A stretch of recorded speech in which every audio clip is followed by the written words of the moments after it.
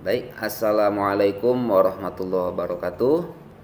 Bertemu kembali dengan saya Aang Nur Yaman dalam perkuliahan persamaan diferensial parsial.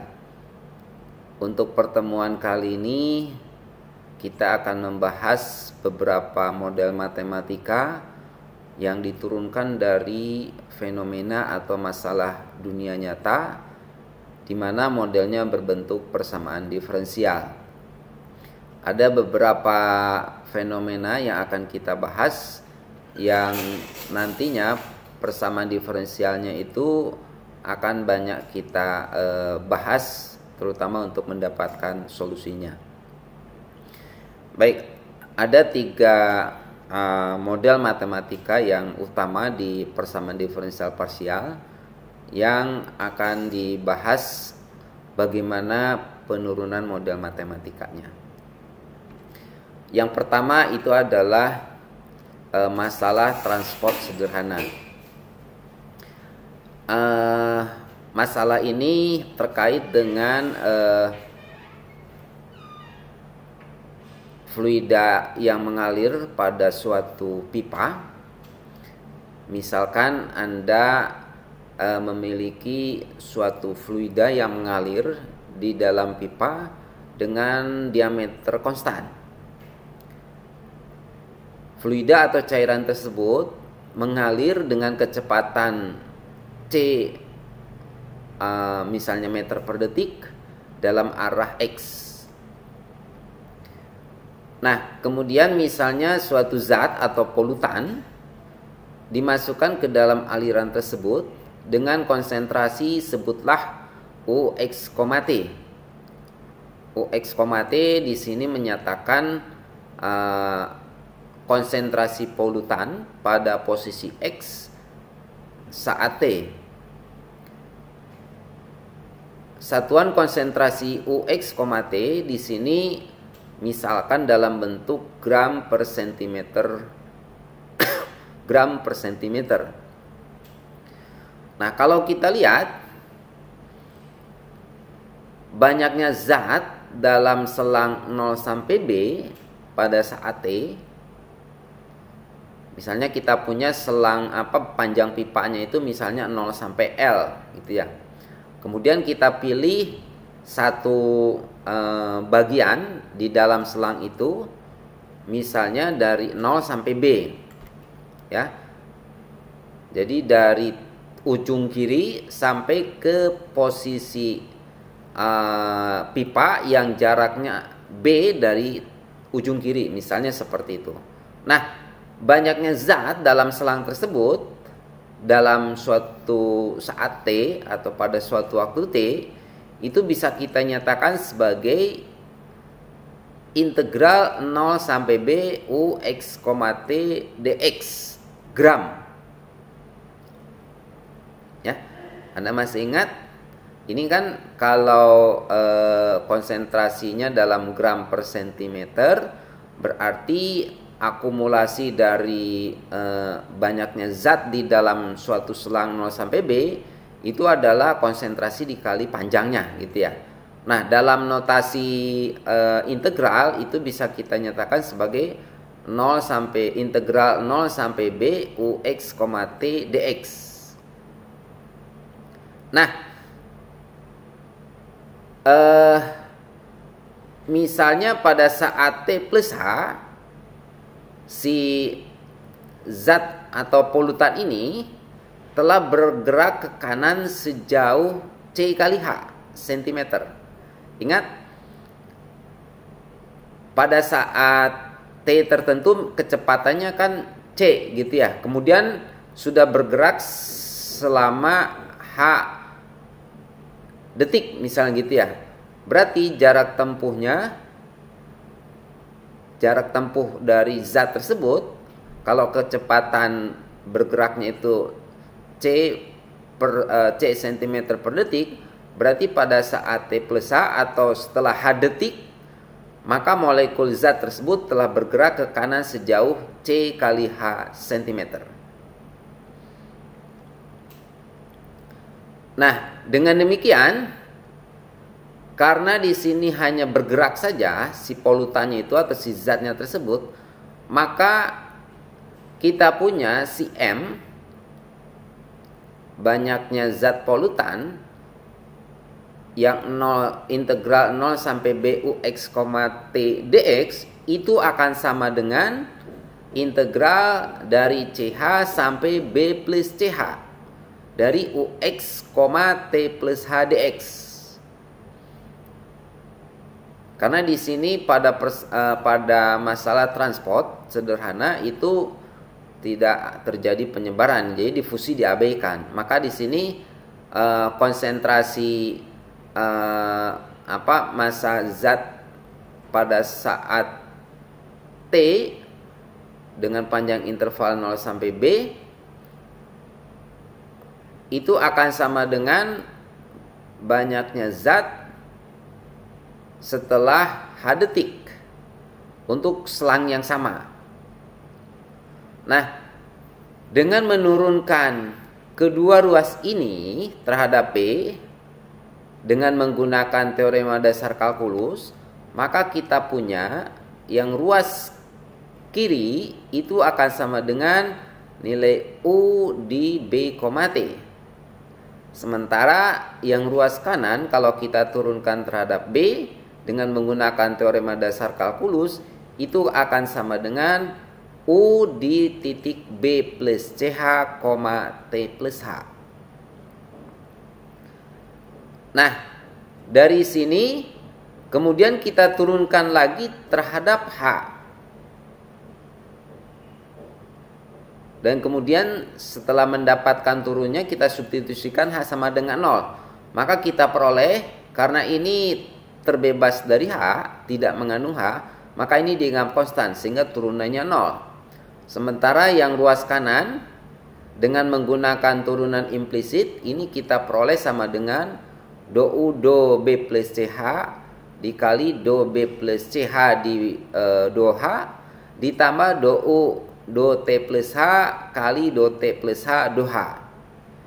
Nah, kalau maka kita punya, kalau ini disingkat sebagai do U untuk H mendekati 0, maka kita punya yang ini menjadi do U do B. Sementara do B plus CH diturunkan turunan terhadap H itu akan sama dengan C. Maka suku yang ini menghasilkan C do U do B.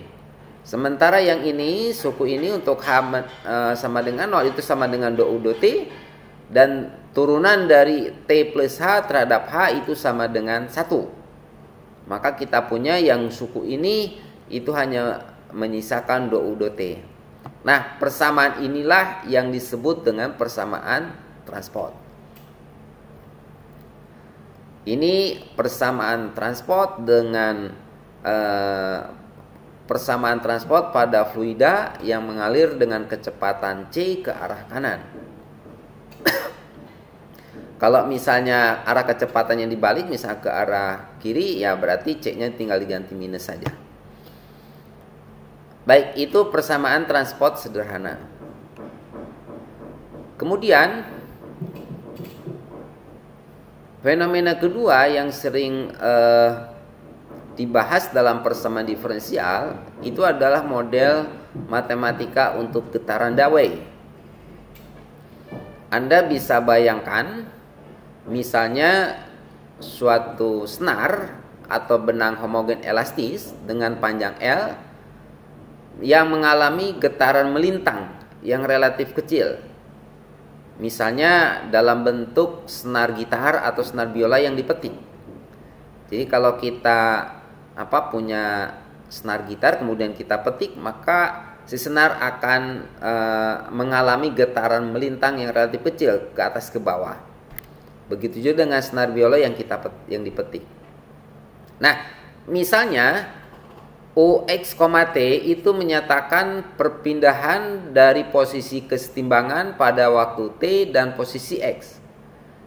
Yang dimaksud dengan posisi kesetimbangan di sini itu adalah posisi pada saat senar gitar atau senar biola belum diapa-apakan, belum dipetik ataupun mendapat perlakuan lain, sehingga dalam posisi misalnya lurus gitu ya, seperti itu.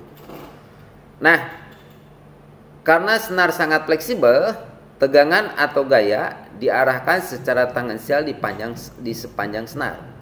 Misalnya kita lihat seperti ini.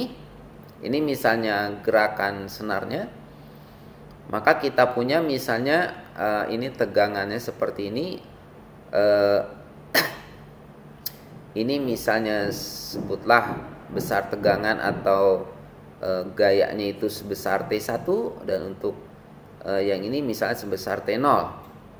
Sudut yang dibentuk oleh vektor tegangan atau gaya dengan sumbu mendatar ini sebutlah misalnya besarnya beta.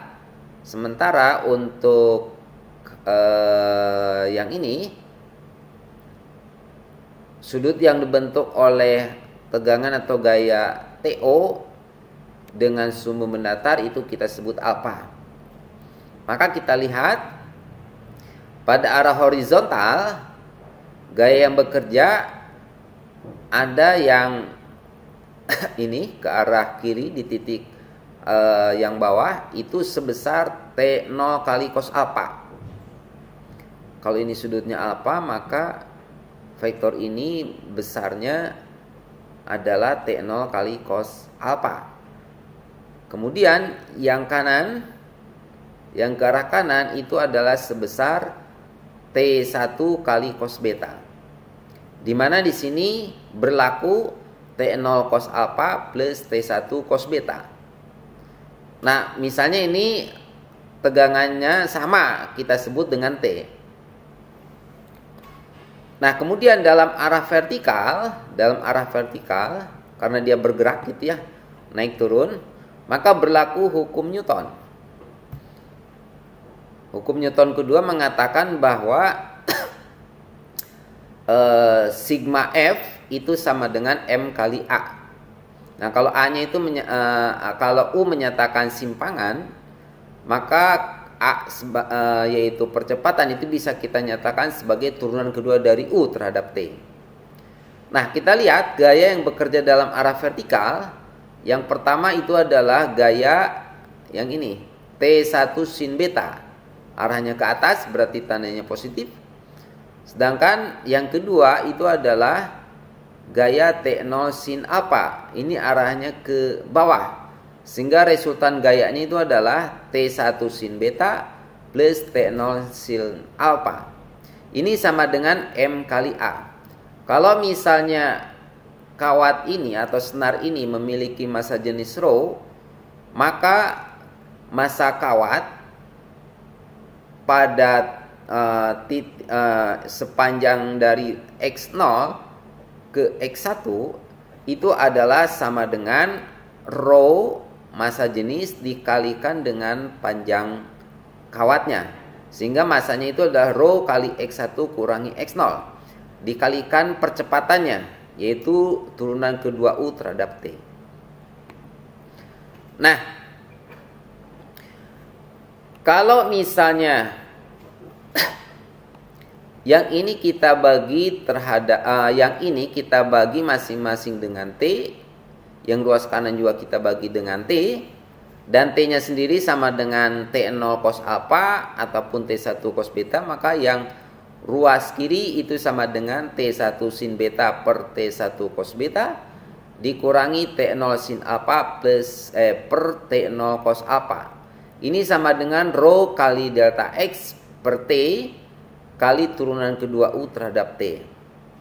Nah, Anda lihat suku yang ini T1 sin beta per cos beta itu kan sama dengan tangen beta. Tangen beta itu tidak lain merupakan gradien dari U, simpangan U di titik X1. Gradien dalam bahasa turunan itu adalah turunan U terhadap X di titik X1. Begitu juga dengan yang ini sinus alfa. T0 sinus alfa per T0 cos alfa, jadi sama dengan tangen alfa. Tangen alfa itu adalah gradien di titik X0, sehingga bisa kita nyatakan sebagai turunan U terhadap X di titik X0. Nah, delta X yang ini kita pindahkan ke ruas kiri sehingga kita peroleh ruas kirinya menjadi ini. 22x dx sama dengan x1 dikurangi 22x dx sama dengan x0 per delta x. Ini sama dengan rho per t kali turunan kedua u terhadap t. Nah, kalau kita ambil delta x yang menuju 0, atau dengan kata lain x1 kurang x0 nya menuju 0, maka kita peroleh yang ini tiada lain merupakan turunan kedua terhadap x.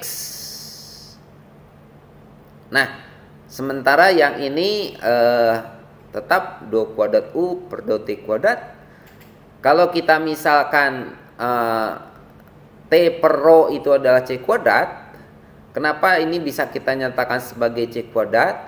Karena di sini T-nya itu tegangannya itu positif, rho-nya juga positif, maka T per rho itu positif. Untuk lebih memudahkan untuk menjamin bahwa nilainya positif, maka kita nyatakan si T per rho ini sebagai C kuadrat.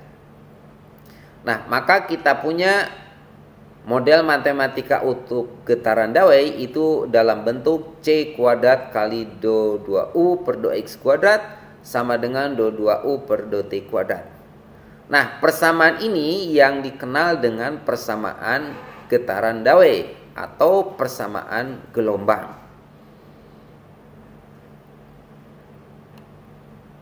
Ada beberapa variasi persamaan getaran dawai atau persamaan gelombang. Misalnya kalau kita melibatkan hambatan udara R. Jadi kalau misalnya dawai itu digetarkan, misalnya ada pengaruh dari hambatan udara. Berarti dalam hal ini si getaran udaranya sebutlah R itu dilibatkan di dalam model. Maka ketika senar itu bergerak naik turun, maka terjadi gaya redam. Di mana gaya redam dari hambatan udara ini sebanding dengan kecepatan UT, turunan U terhadap T. Sehingga persamaan gelombang yang terjadi itu menjadi UTT min C kuadrat UXX plus R kali UT sama dengan 0. Di sini R-nya itu positif. Di sini suku redamannya berbanding lurus dengan kecepatan UT. Nah, dalam hal terdapat gaya elastis, misalnya seperti pada senar gitar yang bagian luarnya dilapis dengan dililit menggunakan senar lain atau kawat, di mana gaya elastis ini sebanding dengan simpangannya, simpangan U. Maka persamaannya menjadi UTT min C kuadrat UXX ditambah KU. Ini sebanding dengan simpangannya, maka dinyatakan sebagai kelipatan dari U, di mana K-nya lebih dari 0. Nah, kemudian jika ada gaya luar Fx, T yang dilibatkan, misalnya ke dalam senar gitar tersebut diberikan gaya luar sebesar Fx, T, maka sekarang persamaan getaran dawai atau persamaan gelombangnya menjadi UTT min C kuadrat UXX sama dengan Fx, T. Di sini R-nya lebih dari 0. Itu model yang kedua. Untuk model yang ketiga itu adalah masalah difusi atau penyebaran. Fenomena difusi ini salah satunya misalnya terjadi pada suatu cairan tak bergerak yang mengisi tabung atau pipa lurus. Kemudian ke dalam cairan tak bergerak tersebut, sebutlah misalnya pewarna, kita berikan suatu zat kimia, kita teteskan suatu zat kimia atau pewarna. Maka akan kita lihat bahwa si pewarna atau zat kimia tersebut akan menyebar melalui cairan di sepanjang pipa. Jadi kalau misalnya ke dalam suatu cairan, sebutlah air gitu ya, di dalam pipa, kemudian kita kasih satu tetes zat kimia atau pewarna, maka pewarna itu akan menyebar melalui cairan tersebut di sepanjang pipa. Di sini pewarna akan berpindah dari daerah yang konsentrasi lebih tinggi ke daerah yang konsentrasi lebih rendah. Anda bisa lihat kalau tetesan zat pewarna diteteskan ke dalam air, di tempat jatuhnya pewarna itu konsentrasinya tinggi, sementara di luar tempat tetesan air kan konsentrasi pewarna rendah. Tapi lama-kelamaan di posisi pewarna itu diteteskan, lama-kelamaan si pewarnanya akan menyebar. Tapi semakin jauh warnanya semakin muda. Nah, itu mengatakan bahwa terjadi perpindahan dari konsentrasi lebih tinggi ke daerah dengan konsentrasi lebih rendah, di mana laju gerak perpindahannya ini sebanding dengan gradien konsentrasinya. Nah, fenomena ini sering dikenal sebagai hukum difusi Fick. Misalkan si UX, T itu menyatakan konsentrasi dalam satuan massa per satuan panjang, konsentrasi dari pewarna pada posisi X pipa pada waktu T. Ya, misalnya UX, T itu menyatakan konsentrasi pewarna pada posisi X pada waktu T. Kita bayangkan ini di titik X0, kemudian dia berpindah sehingga menjadi ke titik X1. Nah, pada bagian pipa dari X0 ke X1 ini, maka massa pewarna itu bisa kita nyatakan sebagai integral dari X0 sampai X1 dari rapat massanya ini. Tadi ini ya, konsentrasinya ya. Maaf, massa pewarnanya itu bisa kita nyatakan sebagai X0 sampai integral X0 sampai X1 dari konsentrasi UX, T dx. Dan perubahan massa persatuan waktu, kalau ini massa pada satu T pada waktu T tertentu, maka perubahan massa persatuan waktu diberikan oleh dm dt. Ini diturunkan terhadap T, yang ruas kanan juga diturunkan terhadap T. Berarti ini sama dengan integral X0 sampai X1 UT X, T dx. Nah, massa pada selang ini X0 sampai X1 itu akan berubah bila ada zat yang masuk ke dalam selang ini atau ada yang keluar dari selang ini. Sekali lagi, massa pada selang X0 sampai X1 ini akan berubah bila ada zat yang masuk dari sebelah kiri X0 atau ada zat yang keluar dari sebelah kanan X1. Maka berdasarkan hukum Fick memberikan bahwa laju perubahan massa persatuan waktu itu bisa kita nyatakan sebagai banyaknya yang masuk dikurangi banyak yang keluar. Ya, aliran yang masuk dikurangi aliran yang keluar. Maka yang masuk bisa kita nyatakan sebagai K kali UX di X1, T dikurangi KUX dikurangi X0, T. Ya. Di sini UX menyatakan kecepatan aliran gitu ya. Kecepatan aliran dalam arah X. Nah, ini kalau misalnya yang masuk di X1 sampai sini itu dikurangi yang keluar, ya, seperti itu. Nah, oleh karena itu kita punya bahwa si dm dt yang ini itu akan sama dengan yang ini, karena sama-sama menyatakan perubahan massa persatuan waktu. Maka kita punya dmdt sama dengan integral x0 sampai x1 ut x, t dx sama dengan kux di x1, t dikurangi kux di x0, t. Nah, yang ini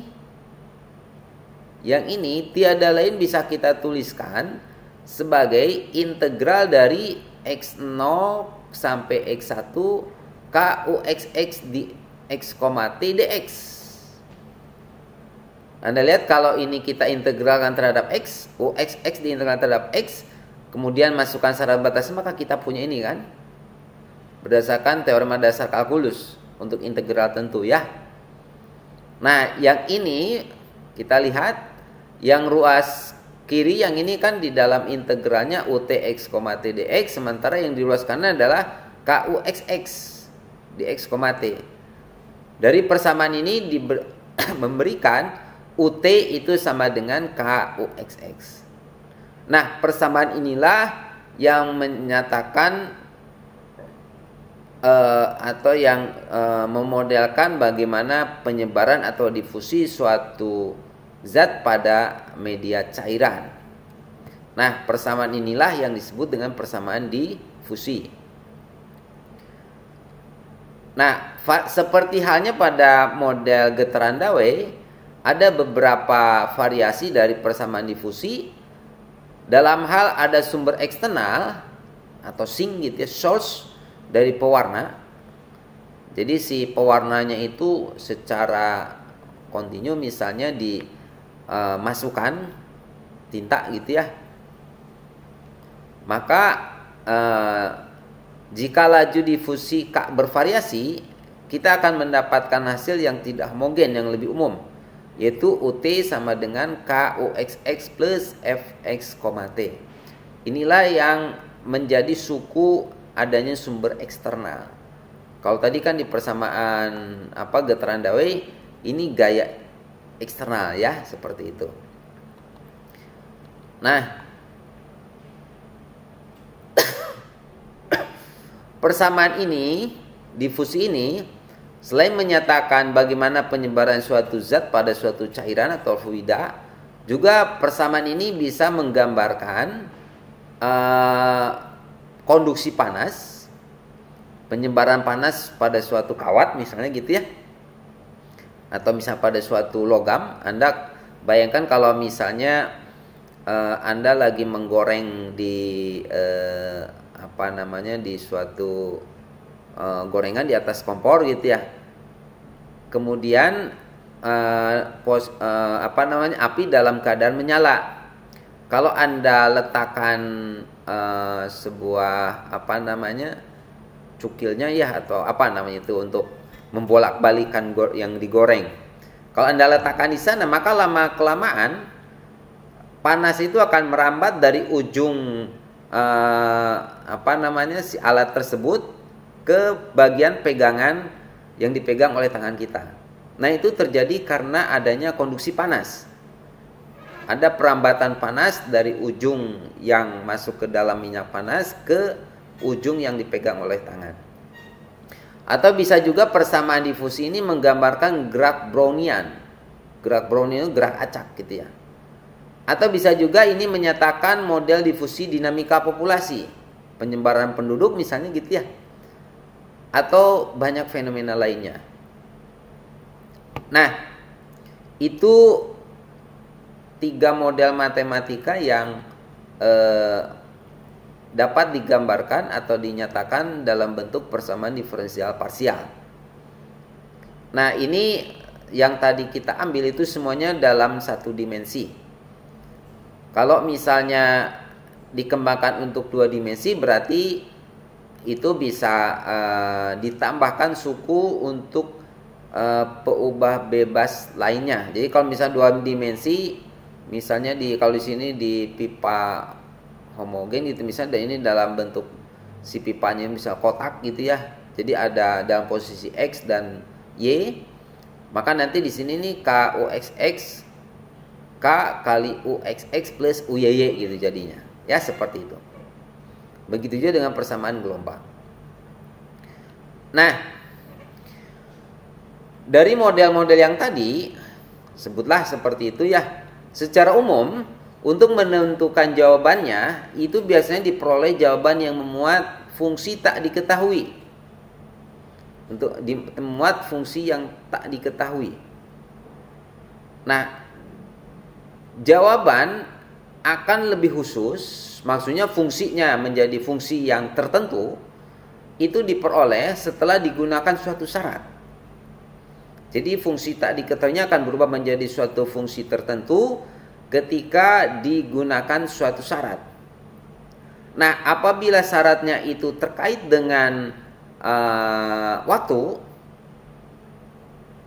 syaratnya itu terkait dengan waktu, keadaan fisis dari peubah tak bebasnya terkait dengan waktu, maka itu disebut sebagai kondisi atau syarat awal. Tapi kalau keadaan fisisnya dari peubah tak bebas tersebut terkait dengan kondisi atau berhubungan dengan batas daerah, maka disebut dengan kondisi atau syarat batas. Nah, ada beberapa syarat batas yang sering dipakai. Yang pertama itu adalah syarat batas jika nilai U-nya tertentu di titik batasnya. Sebutlah misalnya U0, T sama dengan 0 misalnya. U di ujung kirinya pada semua T itu sama dengan 0. Atau misalnya nilai U di ujung kanannya di L, T itu misalnya 0 misalnya. Nah, maka untuk titik syarat batas seperti ini itu disebut dengan kondisi atau syarat batas Dirichlet. Kemudian bisa juga terkait dengan turunan normal do U do N. Nilainya tertentu. Misalnya do U do N sama dengan 0, misalnya begitu ya. Nah, maka kondisi atau syarat tersebut dinamakan kondisi atau syarat batas Newman. Dan kalau gabungan dari Dirichlet dan Newman atau do U do N plus AU bernilai tertentu di batas, di titik batas, maka disebut dengan kondisi atau syarat batas Robin. Nah, sebagai contoh misalnya untuk syarat batas persamaan difusi. Ketika dalam hal misalnya zat yang menyebarnya itu ditutup dalam wadah D sehingga tidak ada yang bisa keluar atau masuk. Ya, sehingga tidak ada yang bisa keluar atau masuk. Diisolasi gitu ya bahasanya. Nah, maka gradien konsentrasi ke arah normalnya itu harus lenyap, harus tidak ada, yaitu UX di 0, T maupun di L, T itu harus sama dengan 0 gradiennya ya. Anda bayangkan kalau misalnya di dalam pipa atau wadah menyebar itu di batas-batasnya itu ditutup sehingga dengan demikian si zat tidak bisa menyebar lagi ke arah lainnya. Nah, ketika kondisi seperti itu artinya gradien dari konsentrasi ke arah normal itu harus 0. Maka syarat batasnya jadi seperti ini. Atau misalnya gini, jika wadahnya itu bersifat permeable. Permeable itu maksudnya sifat si membrannya atau wadahnya itu dapat dilalui oleh semua zat, baik padat maupun cair. Nah, ketika wadahnya permeable dan dikonstruksi sedemikian rupa sehingga zat apapun yang lolos ke batas wadah akan segera hilang, segera habis. Jadi bagaimana misalnya si wadahnya itu permeable tapi dikonstruksi sedemikian rupa sehingga ketika zat apapun yang lolos ke batas, yang nyampe ke batas, maka langsung habis, langsung hilang. Maka kita punya syarat batasnya itu adalah U0, T sama dengan UL, T ini sama dengan 0. Berarti ini di ujung kiri maupun di ujung kanannya ketika sudah mencapai batasnya, si zatnya itu langsung hilang, langsung habis. Ya, seperti itu. Nah, itu kalau difusi. Bagaimana kalau misalnya persamaan getaran Dawei? Nah, kalau dalam hal misalnya senar diikat tetap di kedua ujungnya, artinya tidak bisa bergerak gitu ya. Seperti pada ujung senar biola, maka kita memiliki kondisi Dirichlet yang homogen, yaitu nilai U di 0,T ini sama dengan nilai U di L,T sama dengan 0. Dia tidak bisa bergerak ke atas ke bawah di ujungnya. Maka untuk setiap T dia tetap berada pada kondisi kesetimbangan, yaitu U0T sama dengan UL,T sama dengan 0. Simpangannya tetap, yaitu 0 di kedua ujungnya. Namun jika salah satu ujung senarnya itu bebas bergerak melintang tanpa hambatan, tanpa gesekan, misalnya di ujung di ujung kiri atau kanannya dibuatkan sejenis cincin di mana cincinnya itu bisa bergerak ke atas ke bawah gitu ya. Nah, maka untuk kondisi seperti itu tidak ada tegangan T di ujung tersebut. Jadi kalau misalnya yang diberikan cincin sehingga si ujung senar itu bisa bergerak ke atas ke bawah di ujung kiri, maka kita punya syarat batas di kirinya adalah ini. Tapi kalau yang diberikan cincinnya itu di ujung kanan, maka kita punya ini. Kalau diberi dua-duanya ya berarti dua-duanya ini sama dengan 0. Nah, itu syarat batas persamaan getaran Dawei. Nah, satu hal penting lagi dalam persamaan diferensial parsial itu adalah masalah well-post. Terdefinisi dengan baiklah kalau bahasa sederhananya.